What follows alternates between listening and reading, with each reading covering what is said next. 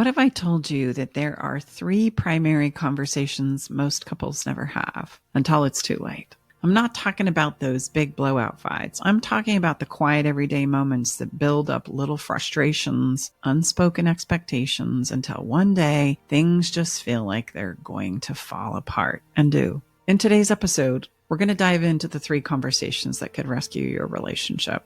Welcome to Love Shack Live, the podcast for anyone who's feeling stuck, lost, or just not sure how to move forward in their relationship. Maybe you found yourself in the same argument over and over, or maybe you're sitting across the room from your partner right now, feeling more like roommates than lovers, wondering how the hell did we get here? If you're ready to rebuild that connection to create something that feels genuine and lasting, well, I just want you to know you're in the right place because that's what we do here. I'm Staci Bartley, your relationship mentor, and I'm here with my co-host and lover, Tom, and our daughter, Brooke. The 3 of us together have helped hundreds of couples find their way back to each other. Today, we're tackling a big question. What are the 3 conversations you need to have ASAP to keep you and your partner from drifting further apart? We'll cover how to handle those unspoken expectations, the little annoyances that build up over time, and how to navigate growing in different directions without losing each other. If you're feeling distant, disconnected, or just unsure if you're still on the same page, let alone the same planet, stick with us. These talks could be the turning point for you.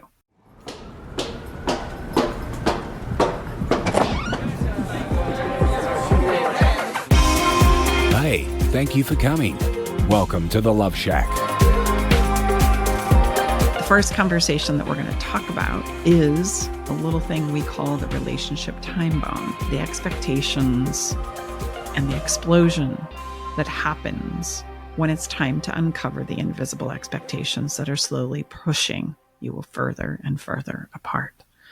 So this idea that we all in our relationships have expectations and they actually morph into explosions over time is something that as we dive in, you're going to see you do, but you probably don't realize you're doing it. It's one of those things that just seems so common. I like to liken this unto the idea that, like, if I'm out and about, I know that I'm safe and I know what I'm doing and I know that all is well.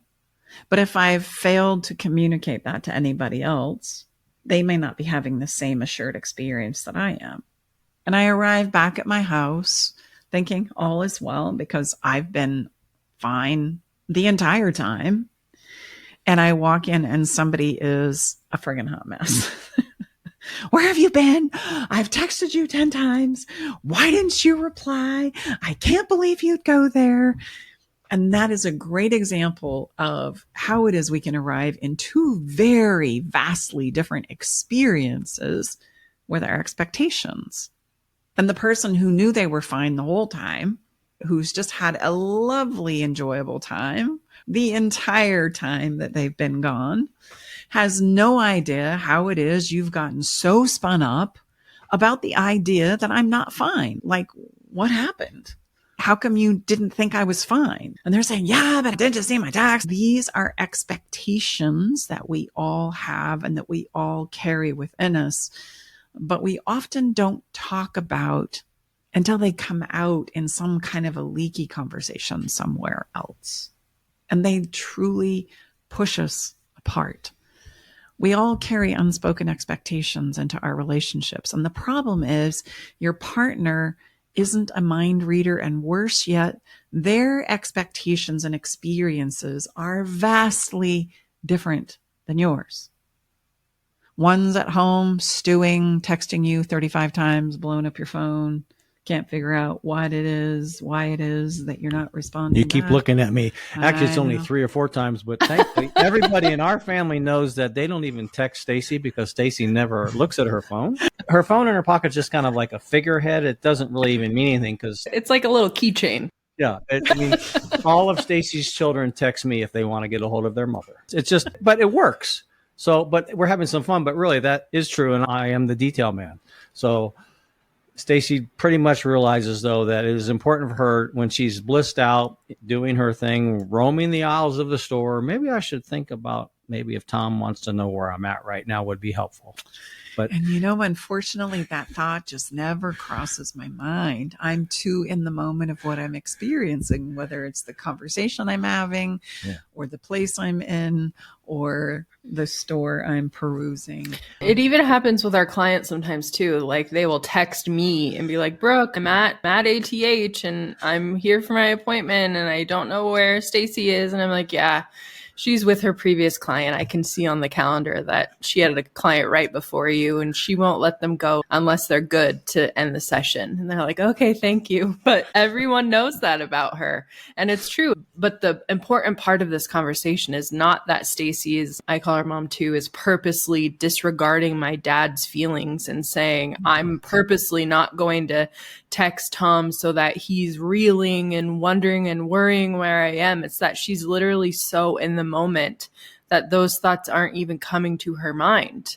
And you can't be that in the moment. Like that's impossible for you because you're always so worried about all the details and making sure everyone knows. You're like, Brooke, did you text Uncle Jim? You got to text him. That's just who you are. So the point we're making here is that their brains literally work differently. And to ask them to not be themselves, sure, they could do that to each other, but instead they realize what's going on in each other's internal movies. Mm-hmm. A lot of times in relationships, instead of accepting our partner for who they are, we try to say, no, you need to be just like me because that's the right way to do it.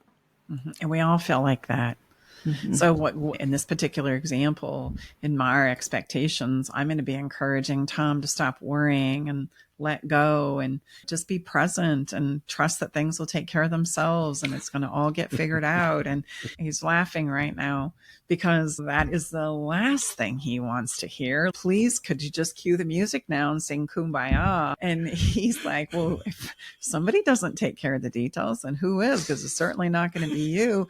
And so he's going to encourage me to pick it up, pay attention to the details, stop being so present in the moment and blah, blah, blah, and think of these things. And I'm like, okay, I'll try. And then pretty soon Staci's a hot mess because I'm not doing what I do naturally. And I'm a hot mess because there's probably 10 other things I've forgotten about. And I'm just feeling like a failure now. So it's these silent assumptions that we think our partner knows that upset us in the end because we don't deliver specifically what it is we're needing and on time as hoped. And those two things really trip us up. Like Brooke said, and like Tom said, we're different people. We show up and cope in different ways. We need different things. And we all have different expectations about how we think this is supposed to go. And if you think about it, those are the things that create what it is we fight about. But also, I just want people to understand, like, yeah, we think different things and we expect different things, but also we see things through different lenses. I know that's obvious, but literally, Dad could be like, God, how is she not even thinking that my husband must be worried about where I am? But that's literally not even entering Mom 2's brain because she's so in the moment. That right there is very important to realize because you can be thinking, oh, my partner is just not, why aren't they thinking this? Or why can't they see this so clearly? Because that's literally not even entering their brain. And it's not because they're wrong or you're right or vice versa. It's because you're just different people. You see things and view life and operate in ways that are so different and so foreign to the person that you love, but you never even talk about it. So you have no clue, but you just assume that they are operating with the same formulas and reactions and best practices that you use in their life. And they don't thread any of their experiences through those things. Mm-hmm. It's not bad. It's just a fact. But that's where we get so tripped up and we get so offended and so hurt. Because we are thinking that they're having the exact same thought processes and making choices to purposely hurt us or go against what we would choose when that's not how they're viewing it or thinking of it at all, you know? Having two different things that are attracting their attention based on the experiences of not only who they are, but what they want to become and where they want to go and the experiences that they want to have and the upbringing that they've come from. So we have these expectations that we bring into our relationships. And then instead of talking about them, you know what we do instead? We keep these little hidden scorecards that we say, oh, Tom just scored one for the team today. He really knocked that one out of the park because he guessed right in regards to what I needed and what it is I wanted to hear. Right. But 9 times out of 10, that's not going to be, yeah, score one for the home team. It's going to be, yeah, you screwed it up again. And you screwed it up again, because what I'm scoring you on, you have no idea I'm even doing it, because I believe that thinking these things should be a certainty, and that if any fool knew the difference, you would feel the same way and think the same way I do about any given circumstance or context. And the fact that you're not thinking and believing the way that I do means you're a fill in the blank. A monster, malicious, intentional, An cruel, idiot, mean, a narcissist, disordered, depressed.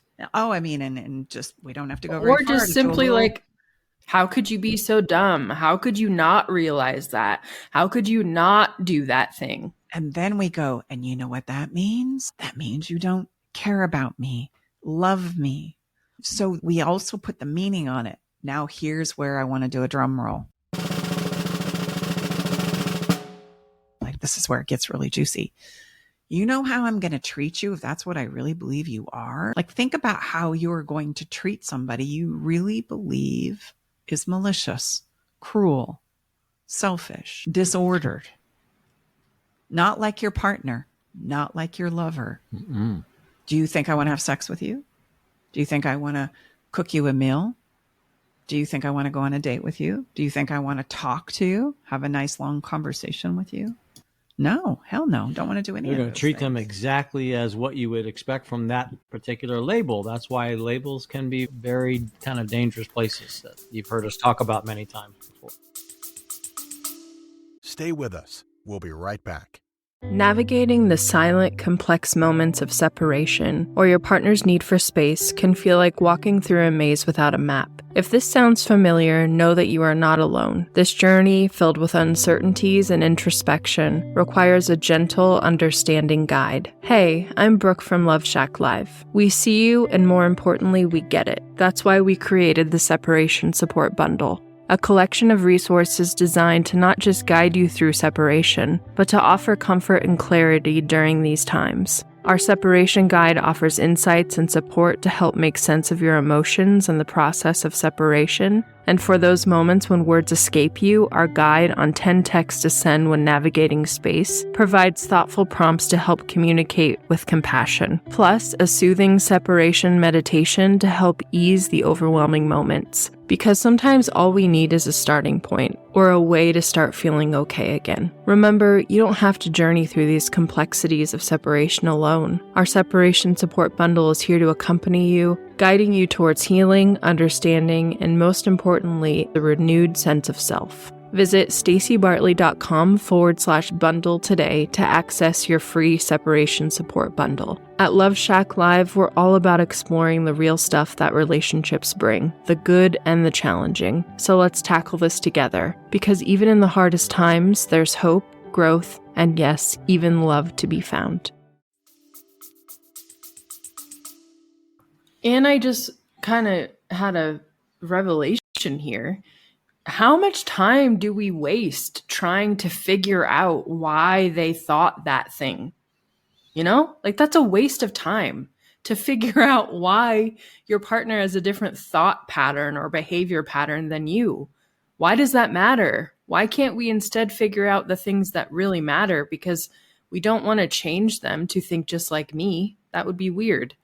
But we spend so much time trying to, roll around in the mud of why you think that certain way and why you would. That's a waste of time, isn't it? It absolutely is. But you know what? We've been taught in our social and cultural upbringing and schooling that we want to play matchy-matchy. I'm Yeah. trying to find somebody that's like me. And then that's how we know we're a good fit and a good pair and a good match, and that we're going to be able to knock it out of the park, without realizing when I truly fall in love with somebody, it's because they are typically very different than I.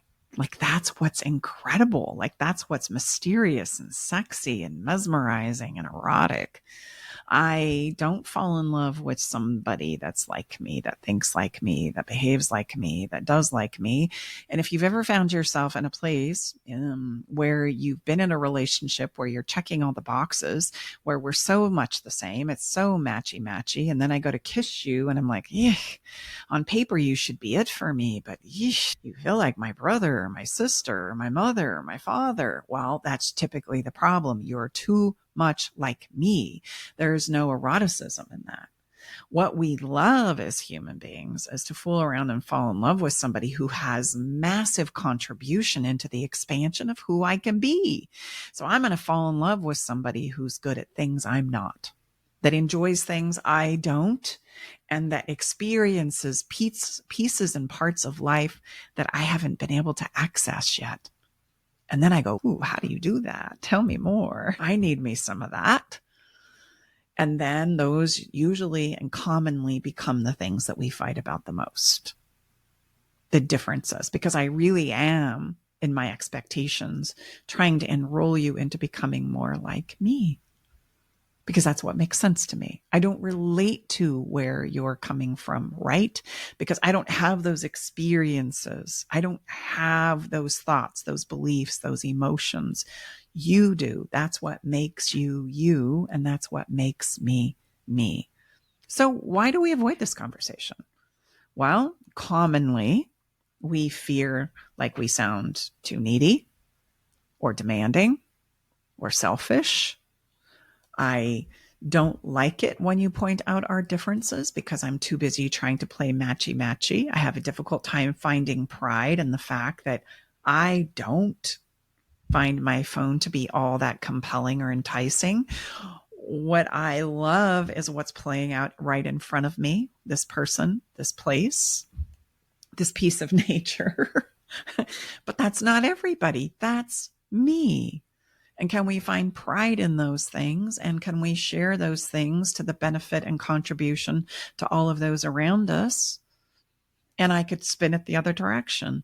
Could and is there benefit from Tom taking care of the details and being mindful of managing all the many moving parts in our life? Of course, because that allows me to be a better me, my natural inclinations in life, because he's so good at that. And you know what? Rather than have those be held as expectations that we never talk about, you want to talk about them often. How can we support each other's natural inclinations and actually use them as a contribution into our life and not a nemesis, or not something that needs to be fixed or coerced or changed or belittled? I was just going to say, I get to work from home because Jack works outside of the home, and I really appreciate that. And he also is more like Mom too, where if his head wasn't attached to his body, he'd probably lose it. I could, spend time making fun of him for that, but what's the use? What value would that give our partnership? It would just make him feel less than, and it would make me feel bad for doing that.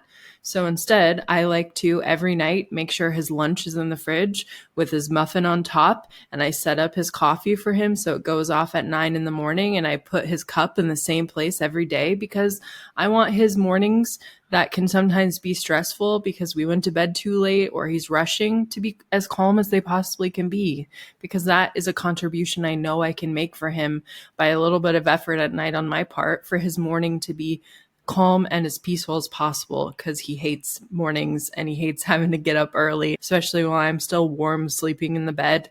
And I don't want there to be a lot of rub there. So I like to make it as nice as possible for him. Instead, I could be like, God, you never know where your coffee cup is, or you're always running to make the coffee, or, why'd you forget your lunch? That's what I could do. But instead, I like to make it a joyful, nice experience. Utilizing your skill set. Yeah, I'm good at the details. I'm good at organizing stuff. I'm good at making sure the button is pressed. Well, it's about having the conversations around these expectations that we have. That's what we're really talking about, is the expectations that you think they should know, and that they think that you think they should be delivering on time, specifically, just as you want them.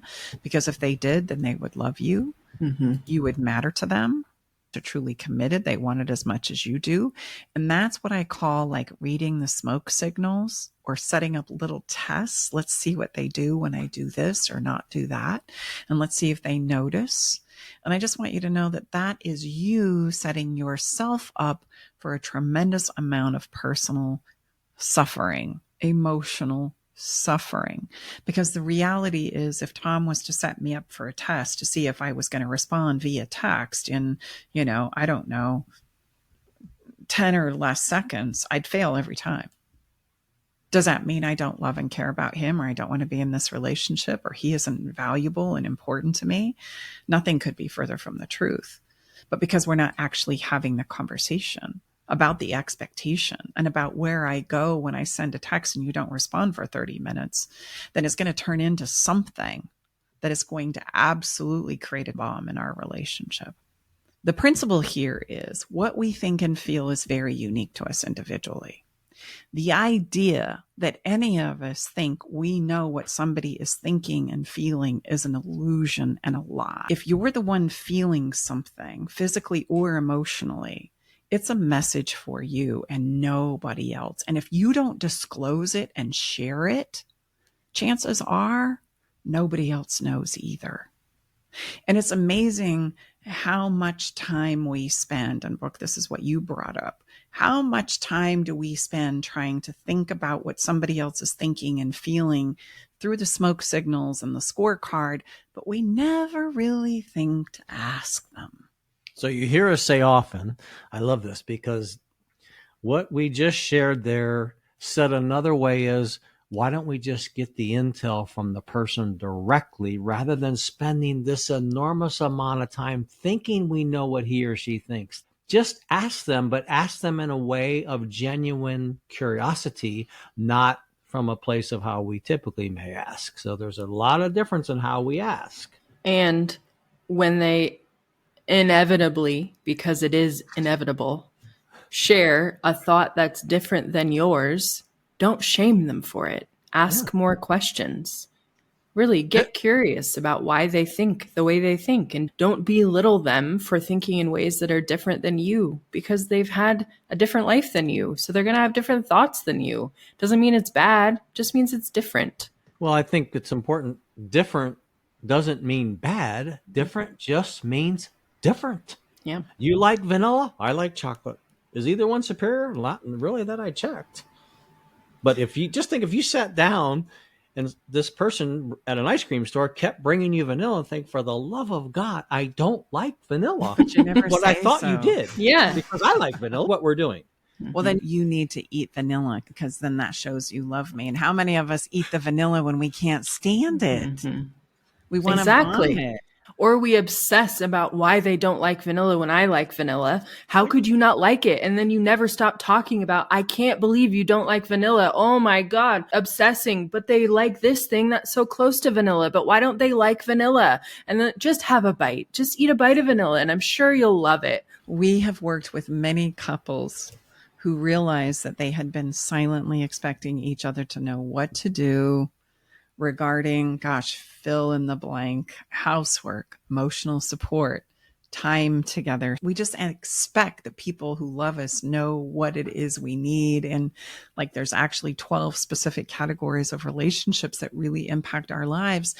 And when we go through these things with couples, it's amazing what comes out of it. There's so many moments of like, I had no that. idea.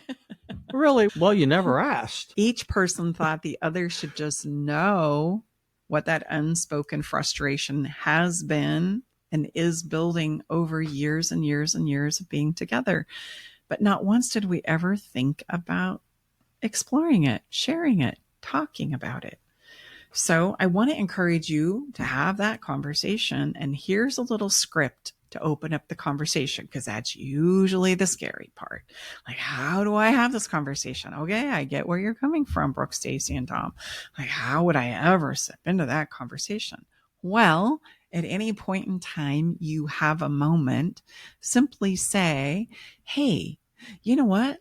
There's some things that I now realize I've been expecting of you. And the truth is, I've never shared them with you.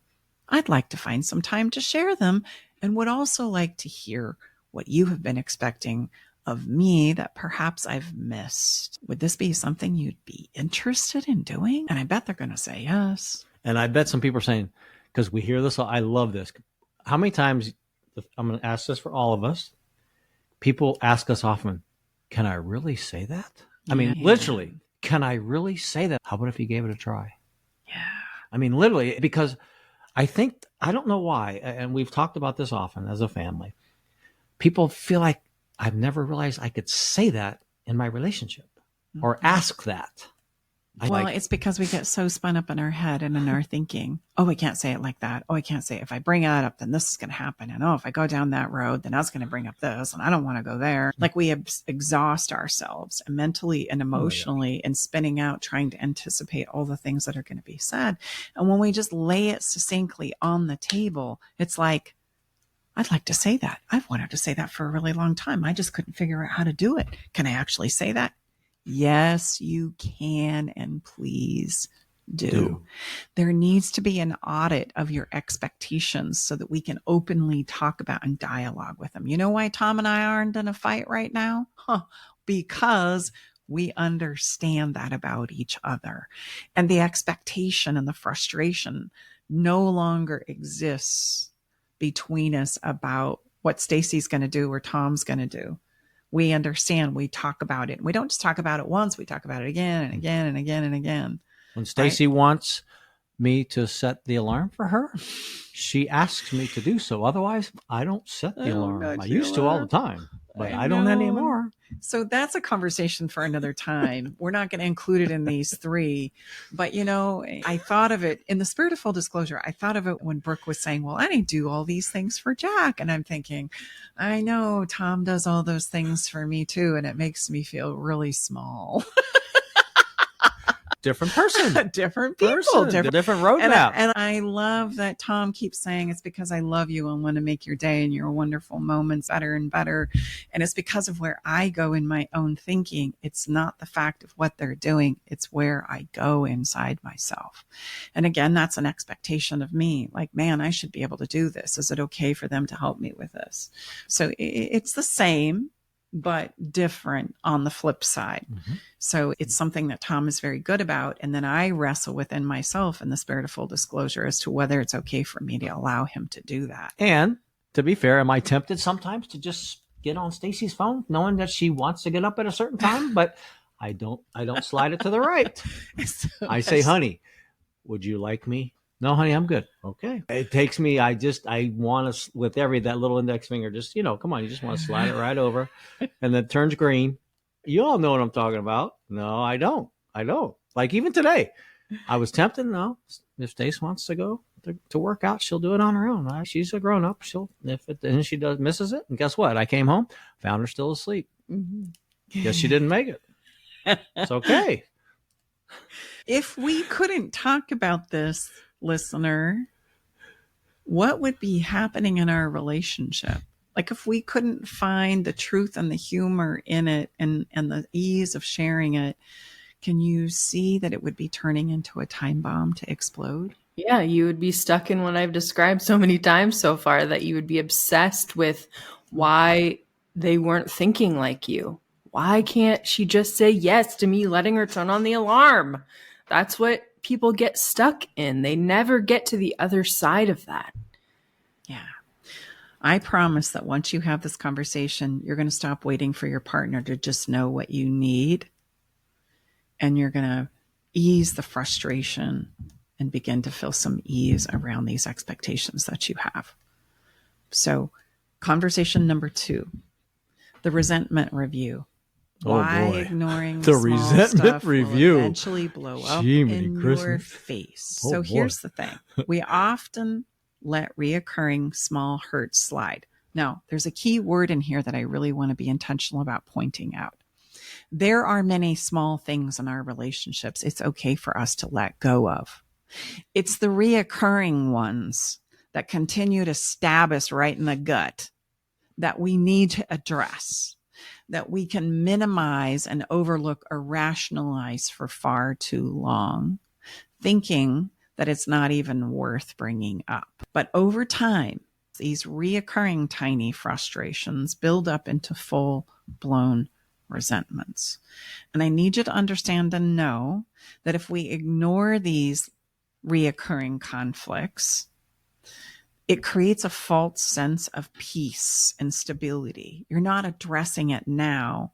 So what you're doing instead is just kind of kicking the can down the road, especially as it reoccurs again and again and again. And what you're going to find is it's a little problem now and a really great big problem later. Well, and when you push them down like you just described, you're also making up a story about your partner's intentions and why they keep doing this to you and how they're doing it probably intentionally, and you just can't understand why they don't stop. So picking your battles can sometimes do more harm than good because unresolved feelings of hurt grow and fester.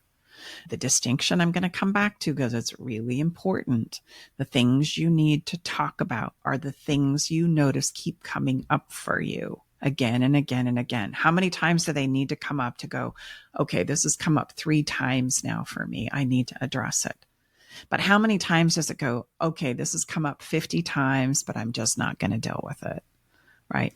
It's the reoccurring parts where you feel hurt for whatever the reason. There could be lots of reasons that you feel hurt, disappointed, ignored, dismissed, frustrated, belittled, etc. But if we don't bring those up, and we need to bring them up in a good way, which is the skill part, but we need to bring them up and discuss them, because if not, at some point in time, you are going to find yourself exploding.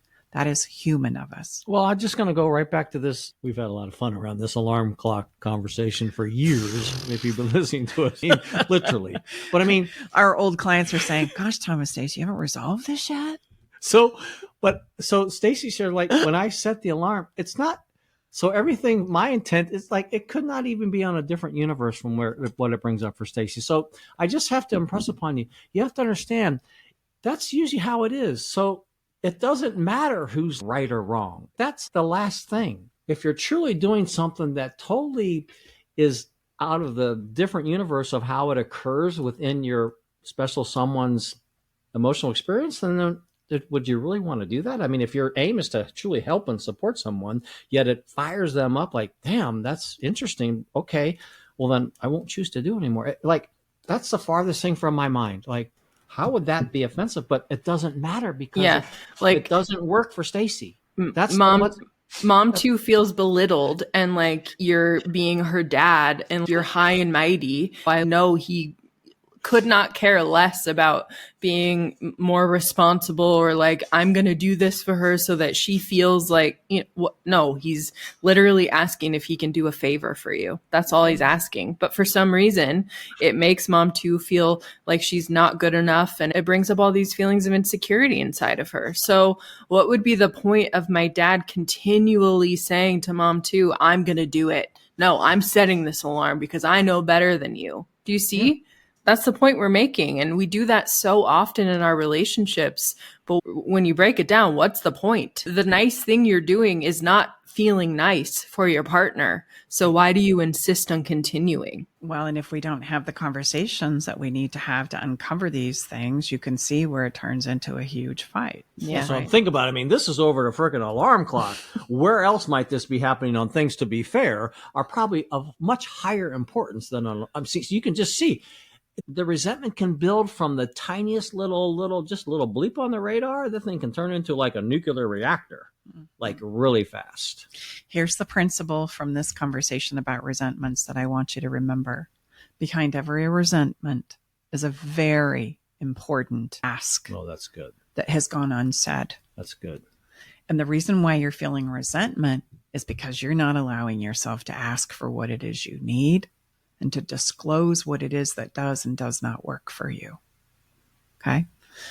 Yes, we have many clients who never bring up small things that bother them. And those small things are the things that turn in over years to the things that snowball into massive resentments that have the potential to destroy everything that you hold dear. Small problem now, big problem later. Yes, about the alarm clock. Yes. The script that I would encourage you if you want to talk about resentments to use is, I love this one. I need to say I'm sorry right out of the gate. You know why? Because I've been holding on to a few things that I now realize have been building in me.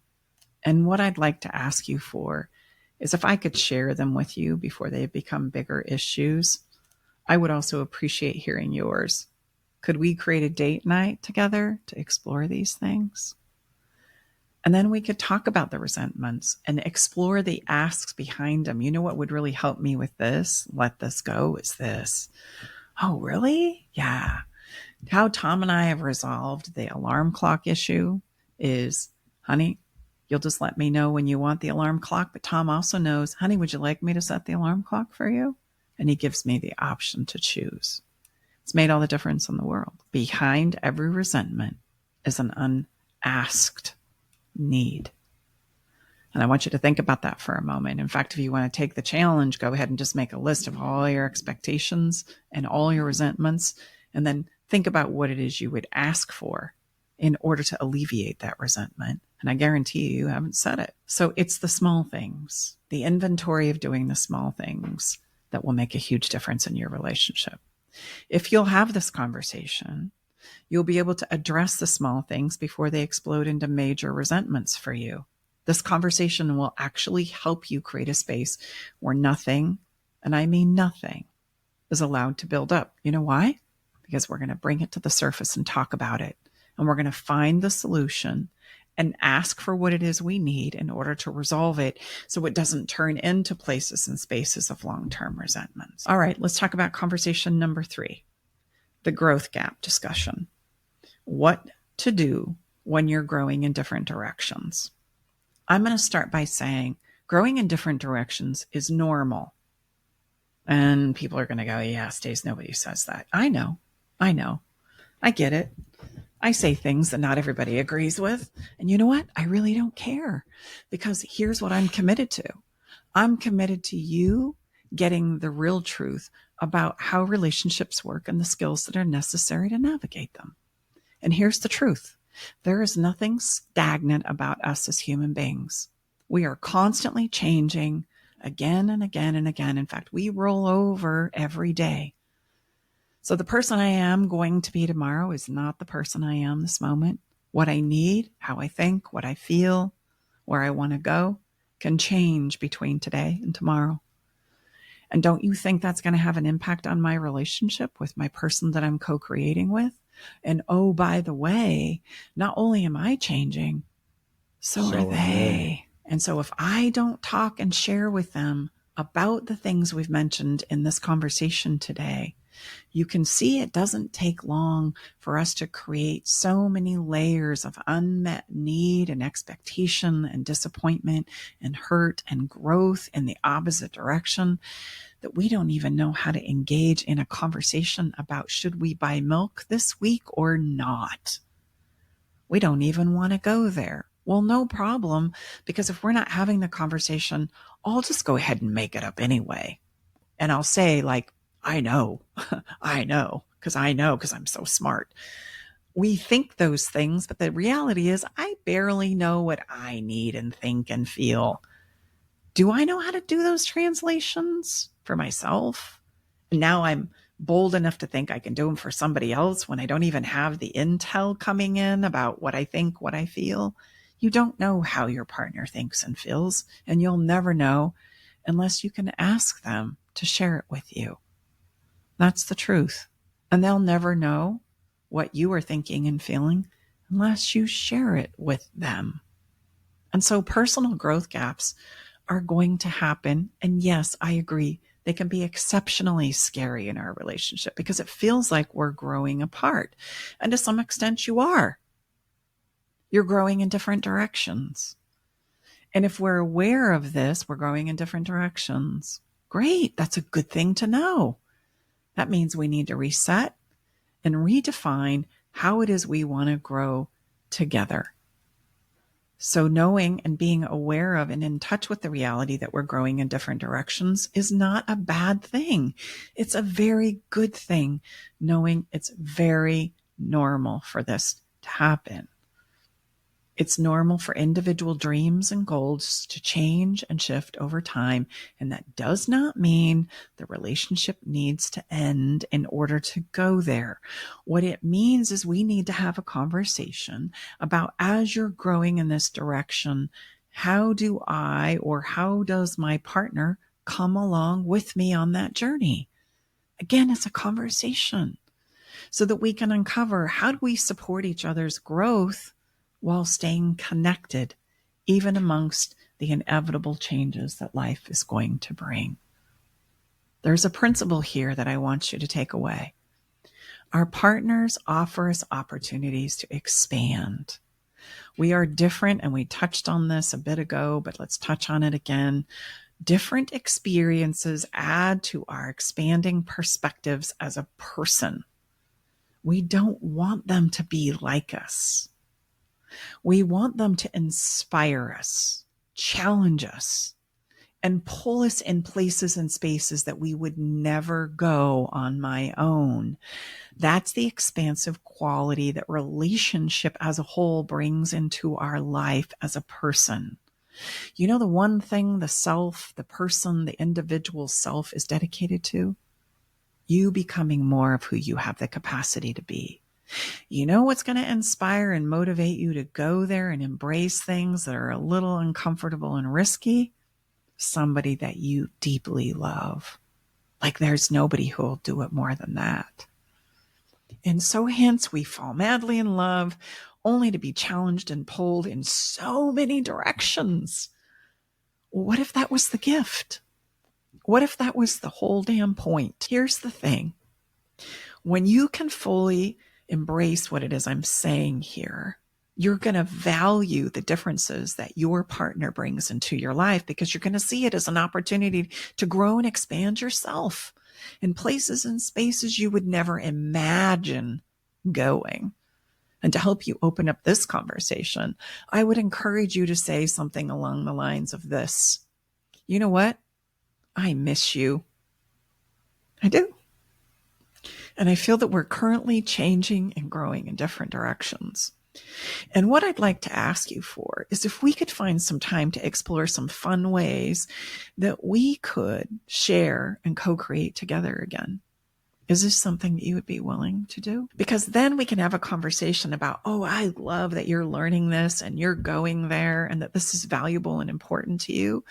How can I support you in that? How can I be a part of that? How can I contribute to that? And your partner can do the same.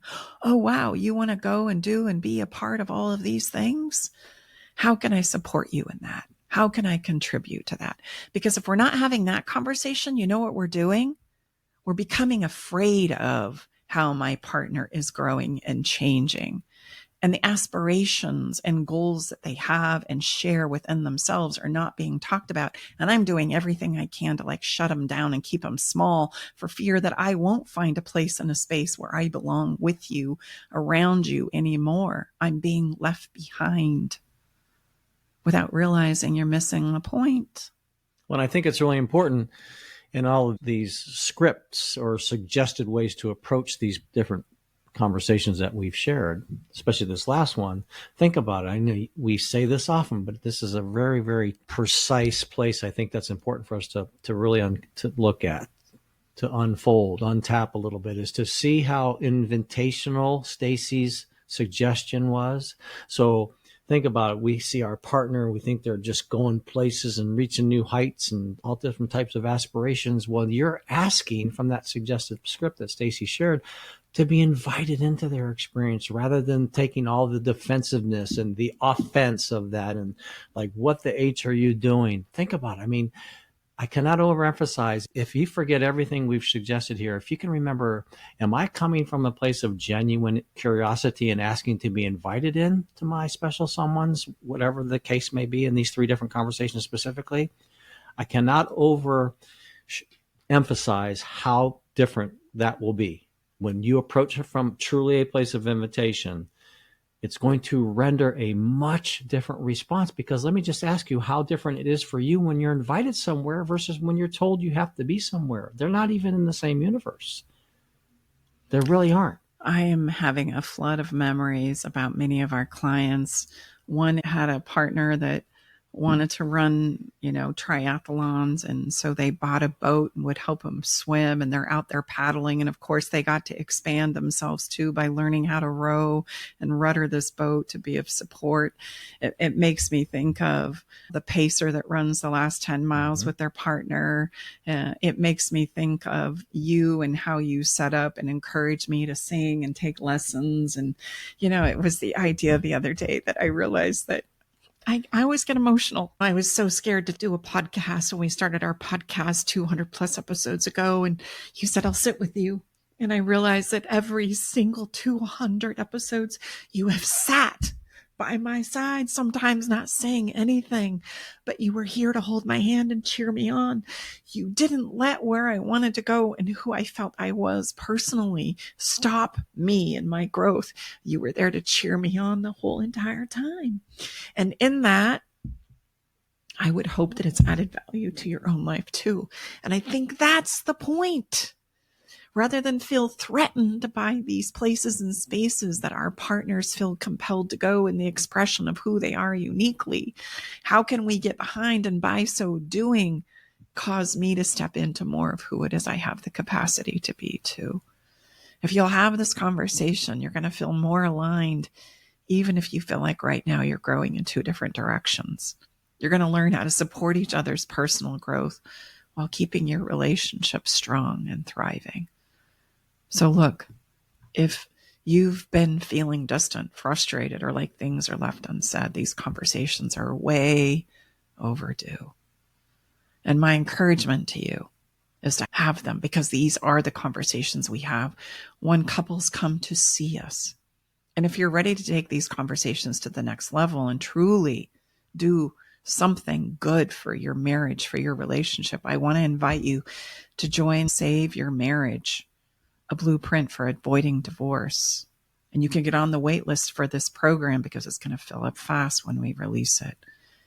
Because this program is packed with tools and strategies to help you navigate the toughest parts of your relationship and help you come out stronger as a result of it.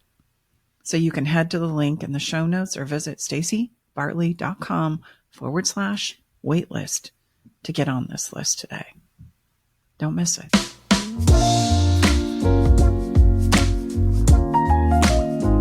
Follow the fun that I've chosen today is begin with one conversation. It's a challenge, actually. Begin with one of these conversations and have it. Commit to having it this week.